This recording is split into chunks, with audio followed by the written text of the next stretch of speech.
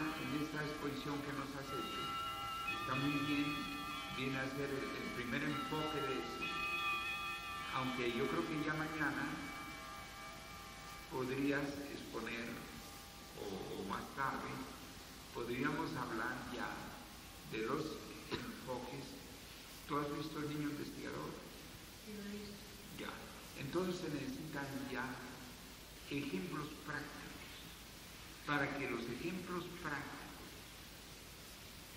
nos lleven a la aplicación de la teoría. Porque uno de los grandes problemas de la educación es poder aplicar la teoría.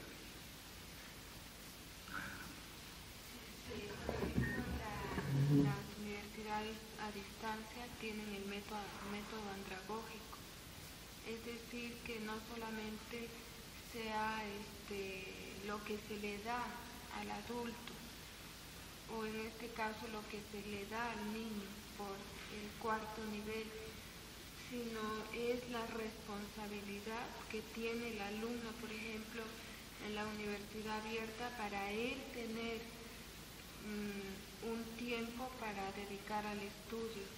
La universidad le da las pautas, le da todas las condiciones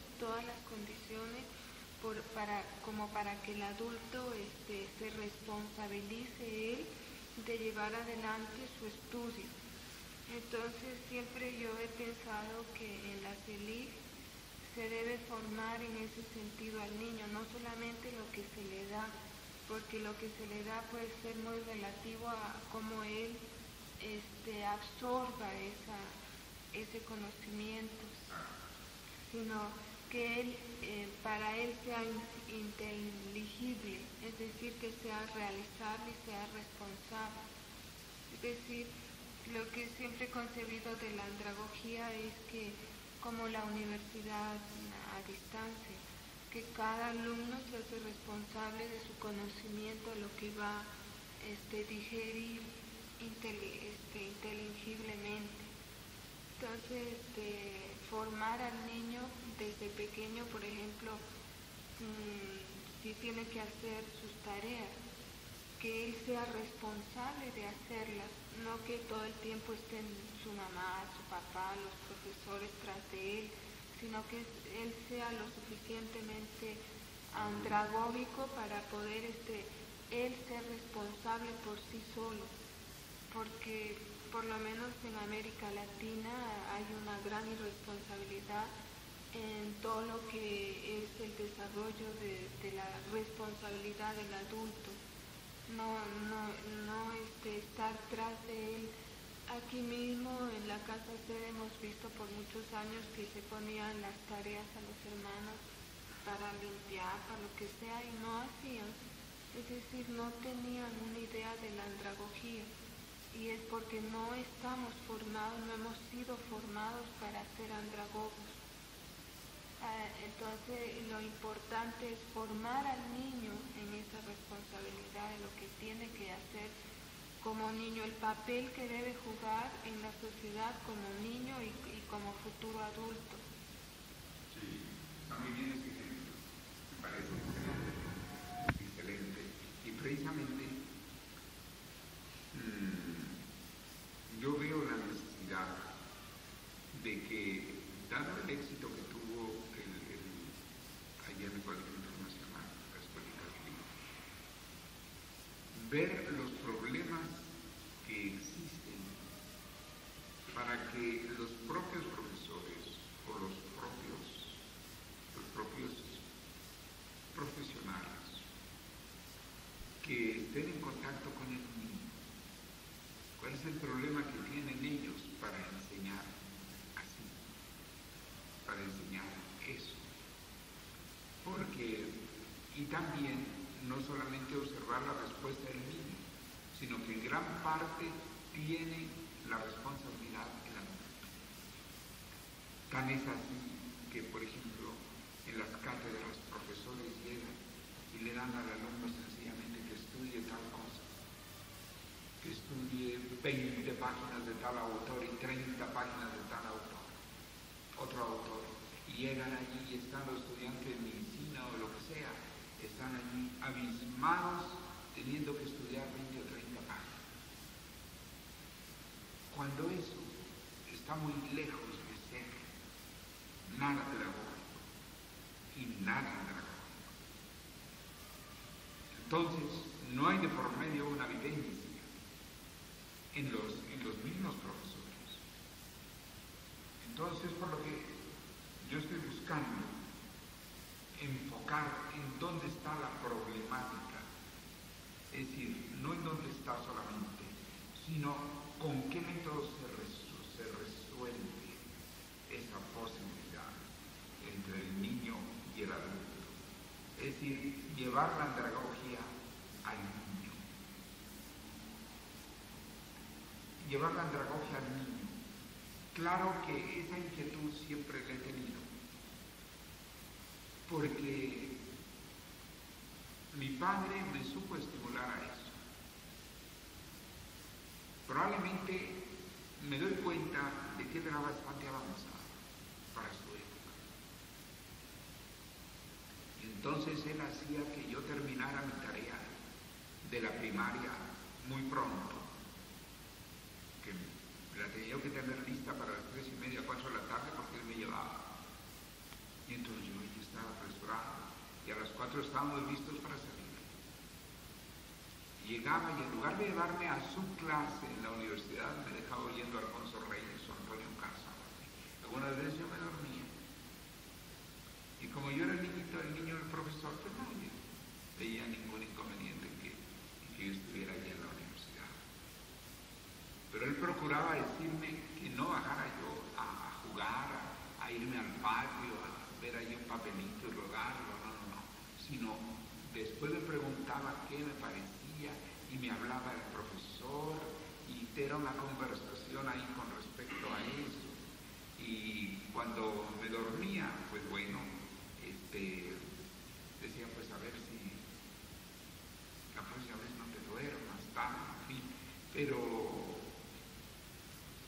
bueno, y me originó una actitud ante la vida, una actitud muy diferente a que si yo hubiera estado en la tarde hablando con niñitos de mi edad. Entonces, él me fue estimulando eso. Y entonces, yo he pensado que los niños deben tener un mayor margen de madurez. Cuando yo converso con los niñitos que vienen aquí los domingos, tú oyes las conversaciones, son las conversaciones como si estuviera hablando con personas de 40 o 50 años, y la forma como ellos se desenvuelven, y ahora Sergio y Blanco me platican unas cosas que, bueno, allí todos somos de 40 años. Entonces, quiero decir con esto que hay una realidad, la maduración en el hombre es un problema de didáctica. La maduración es un problema de didáctica. Y entonces, ahí me parece que las escuelitas libres tienen un horizonte tan grande. Y estuvo muy bien eso que ustedes lograron de que saliera el niño investigador. Eso es excelente. Pero a mí me parece que hace falta un segundo tomo.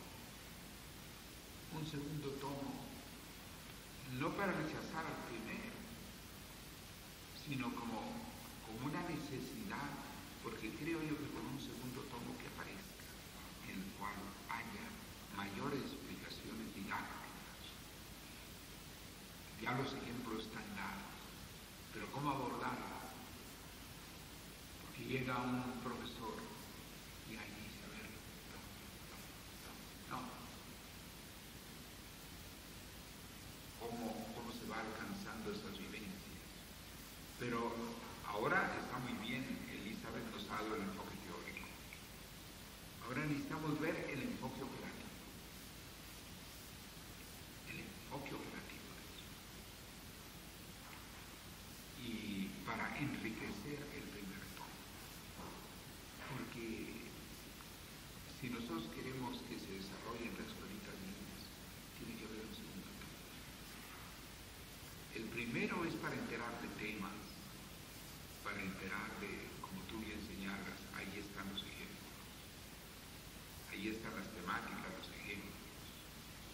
parte a otras cosas.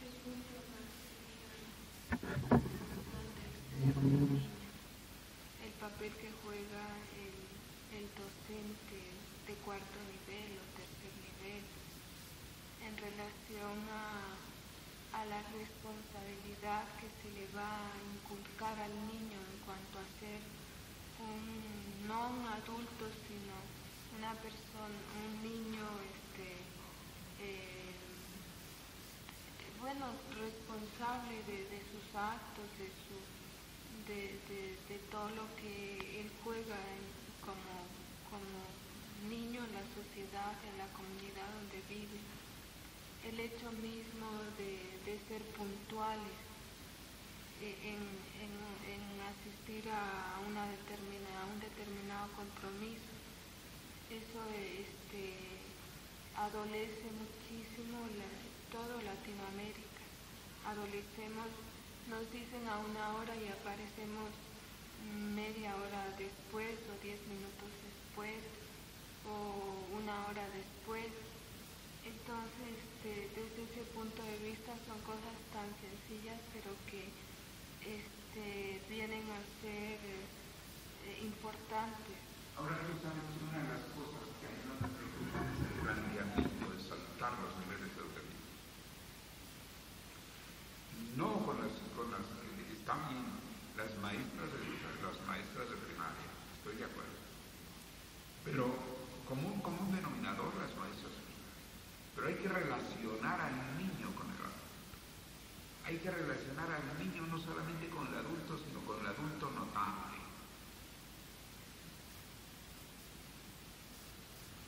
Esa es la parte que a mí más me interesa y que para ello se necesita motivar a esas personas como estuvieron motivadas en el Colegio Internacional. Es que estaban motivadas. Es que yo vi a este doctor viajar de Maracay, yo lo vi venir acá a comprar jueguitos y a comprar cosas para allí donde había esta tienda cuando había todavía importaciones de cosas alemanas. Eso es maravilloso, una persona que dejaba allí todos sus quehaceres para ir a buscar algo que les iba a enseñar a los niños y comprarlo de su propia bolsa y todo para estar con los niños y mostrarles algo que él quería en ese momento expresar.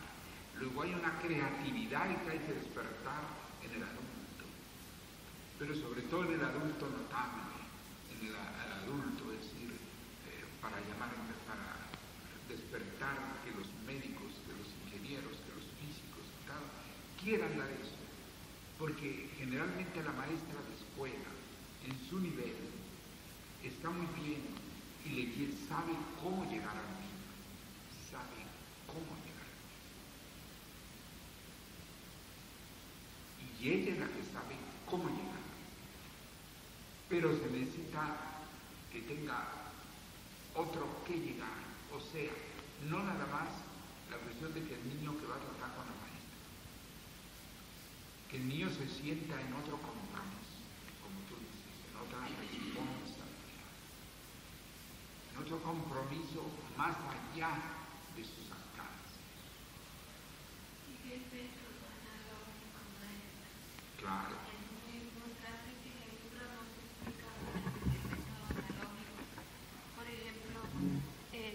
Con el método analógico se le despierta la sensibilidad humanística al niño, que en sí es una elevación espiritual, porque por ejemplo, la analogía de un árbol, como el árbol depende de la raíz que le da vida, el tronco, las ramas dependen del tronco que han surgido del tronco mismo. Los frutos dependen de las ramas, las flores, o sea que es todo un conjunto por el cual nada se puede desligar. Entonces también en la sociedad, en una célula familiar, el niño juega un papel importante para su familia, para sus padres, sus hermanos, y él no puede transgreder ese aspecto de la célula familiar, porque justamente su línea maestre dice de que el cáncer que hay en la sociedad justamente ha sido por la destrucción de la familia.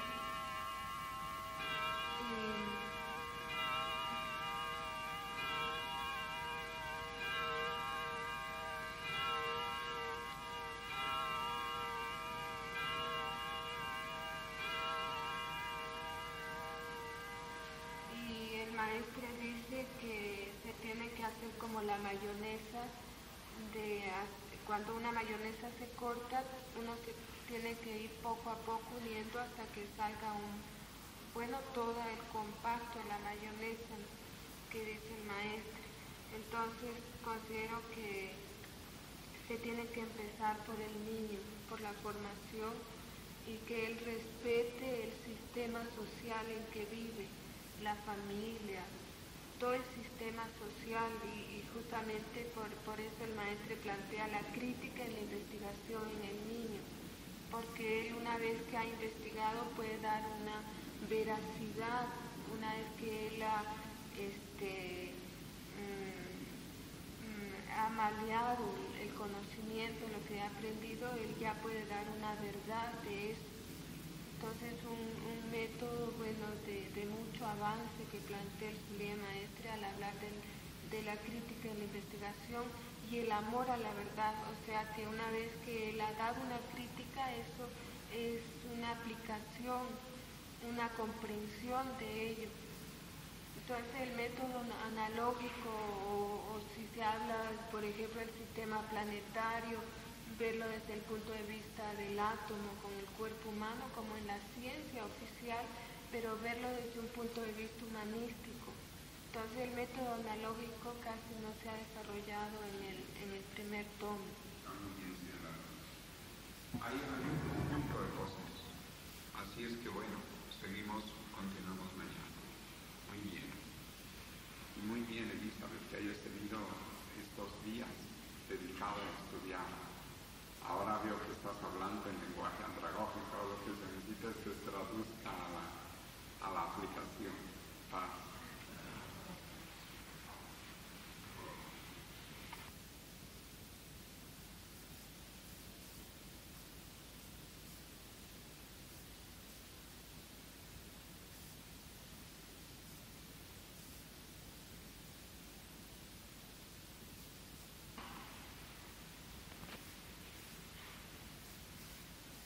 La palabra a los hermanos para hacer las preguntas que desean.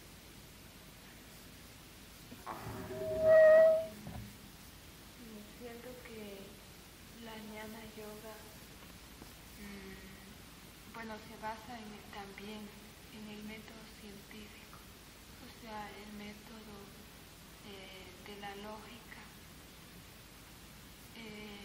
Por otra parte, también está el método idealista, que es el que propiciaron Kant, Hume y otros pensadores. Entonces ellos piensan de que no a todas las ciencias se tiene que aplicar el método lógico, que es el método científico. ¿Cuál sería la posición de la Jnana? Puesto que también, o sea que la Jnana no se basa o no se rige a ninguno de los métodos, sino a ambos, tal vez, porque también tiene el aspecto de los estados de conciencia que son los bhumis. Entonces, el estado de conciencia de un ser no se puede medir tampoco por el método lógico, porque es relativo. Entonces, ¿cuál sería la posición de la Jnana? ¿En qué momentos usaría el método lógico y en qué momento el método idealista?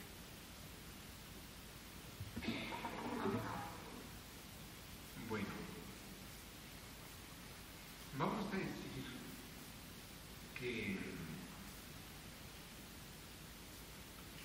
que por ello tenemos que tomar en consideración esta relación entre los bhumis y los elementos de la Jnana. Porque al decir que El primer bumi es buena voluntad. La sola buena voluntad representa uno de los aspectos más importantes de la actitud de la persona. Luego el segundo bumi, reflexión. Nos lleva a reflexionar lo que tú en este momento estás haciendo. Que no basta el método lógico, pero tampoco basta el método idealista. Y que tampoco basta lo intuitivo. Y que tampoco basta lo materialista. Sino que en un momento dado tenemos que hacer reflexión de la consecuencia de cada cosa. Ya a partir del segundo bumi, la reflexión nos lleva a un conjunto de penetración de las consecuencias. Luego viene el tercer bumi,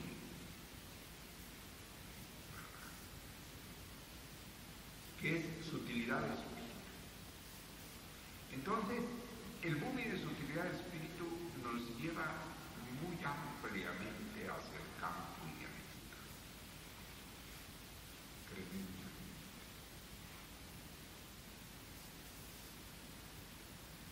Y después, percepción de la realidad nos lleva al campo lógico.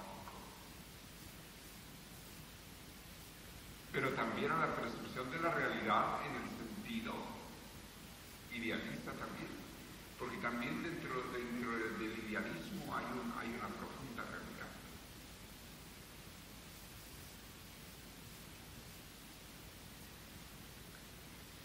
Pero luego viene un campo en el cual ya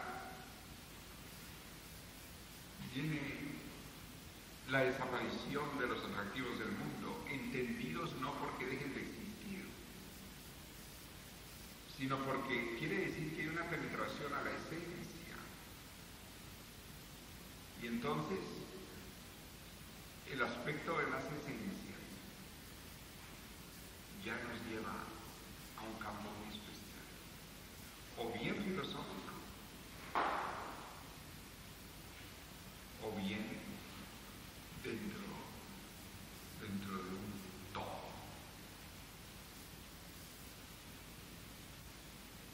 En el idealismo. Y mucho más cuando llegamos a la desaparición de las formas visibles. Y entonces mucho más vamos a las esencias. Entonces, ya nada más estos bumis nos plantea una serie de campos en los cuales se rebasa plenamente. Y cuando llegamos a los límites del idealismo y de la lógica, y cuando pasamos a los bumis de la jnana yoga, porque los otros fueron los de la jnana, entonces nos encontramos con el acercamiento del pasado, lo que nos lleva a la investigación.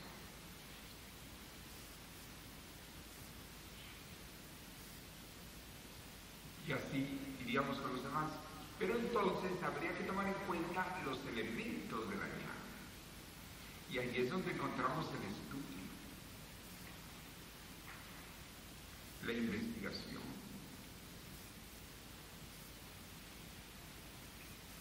Allí es donde encontramos otros aspectos del saber. Pero entonces decir que el saber carece de espiritualidad, a mí me parece que es una aberración que solamente se le puede ocurrir a los que no quieren saber. Es algo tan de la era difícil.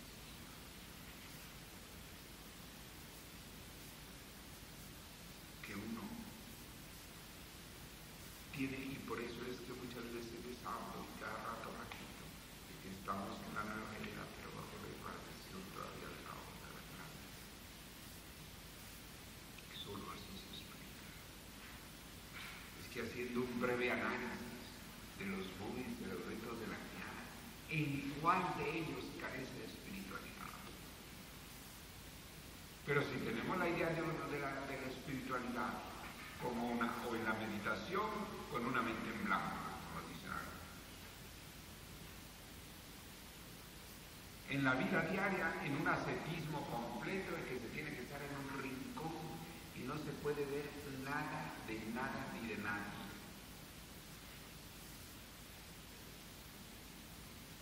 Si por espiritualidad se entiende pensar que no se va a estudiar nada, que nada más se va a tener en la mente por allá.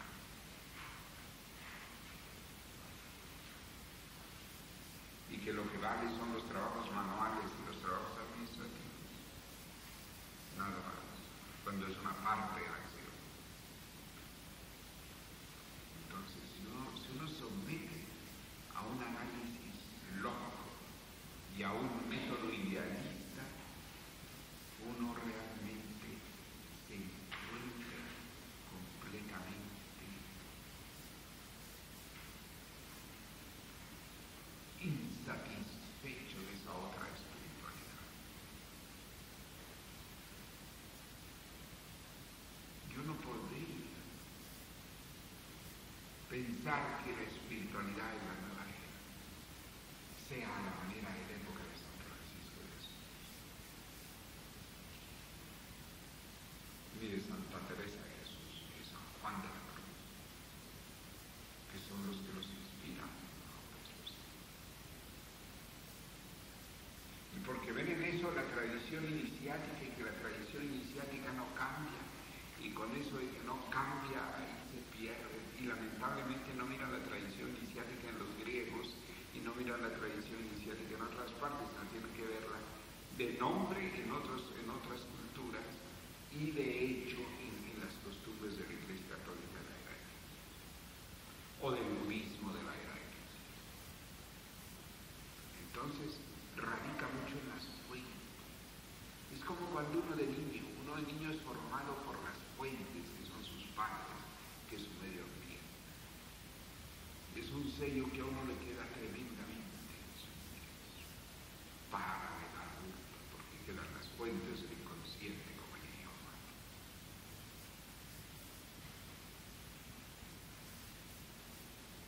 Eso es evidente.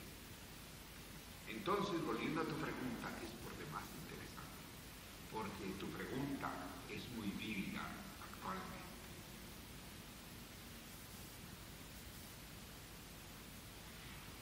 Sería bueno que alrededor de los boogies y de los elementos de la llave, no solamente los boogies, de los elementos,